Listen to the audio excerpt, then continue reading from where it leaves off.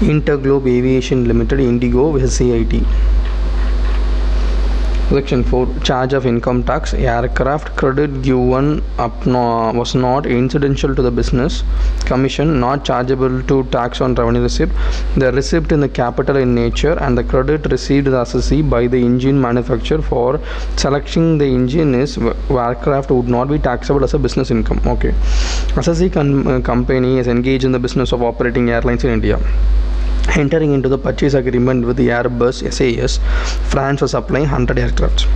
Assessee was given option to choose engine to be fitted in the aircraft and it chooses engine manufactured by IAE. In return, IAE agreed to give certain amount of credit to Assessee by choosing its engine.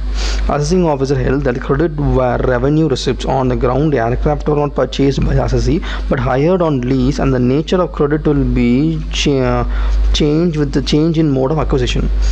On appeal, the tribunal held that credit was received by selection of engine for the purpose of supply of aircraft acquisition, and the nature of their receipt is 34 aircrafts are accepted to be capital. Since the aircraft were part of fixed capital by assessee and the credit were not incidental to the derived from the business of operation of commercial aircraft, the amount of credit was capital in nature. The tribunal also held that the aircraft was assessee's commercial asset and not stock in trade.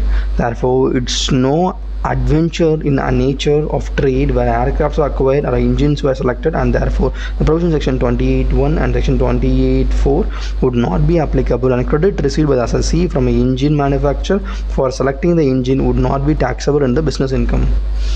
So they are saying 2-3 things here you should understand. First thing is, he is not a stock in trade. The Airbus means like this, the aviation, Indigo, what they do, they get this flight for what? To use as a business.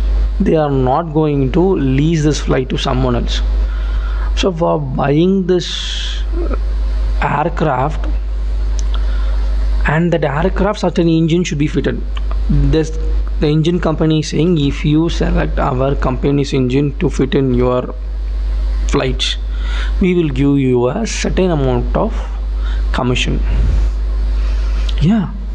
So there's an incentive being given for selecting this. We are giving such amount of payment. And the assessing officer, the ITO is saying that, sir, you are not completely buying this flight. You are only buying 34 flight. Other things are not your business. You're leasing that. So for leasing that, you got an commission. That is income to be taxable. They are saying that. But the tribunal, what they saying is, sir, even though you get only 34 flights out of the total, it is incidental to our business. Okay, it is incidental to a business, and you are doing commercial transaction. For commercial thing, you are getting some benefit. Then such income, such commission is not commission. It is not chargeable to business income. So it was to be accepted as capital. They're saying it's not a stock in trade, so no adventure in the nature of trade of acquire engine was selected, and therefore provision section 28I and section 28.4 would not apply. And credit received by the assessee for engine manufacture for selected engine would not be taxable as a business income. Then it was what? It's a capital receipt. So in the capital receipt, what no? Receipt is capital in nature. So you can't charge it as income. What is this? Wow.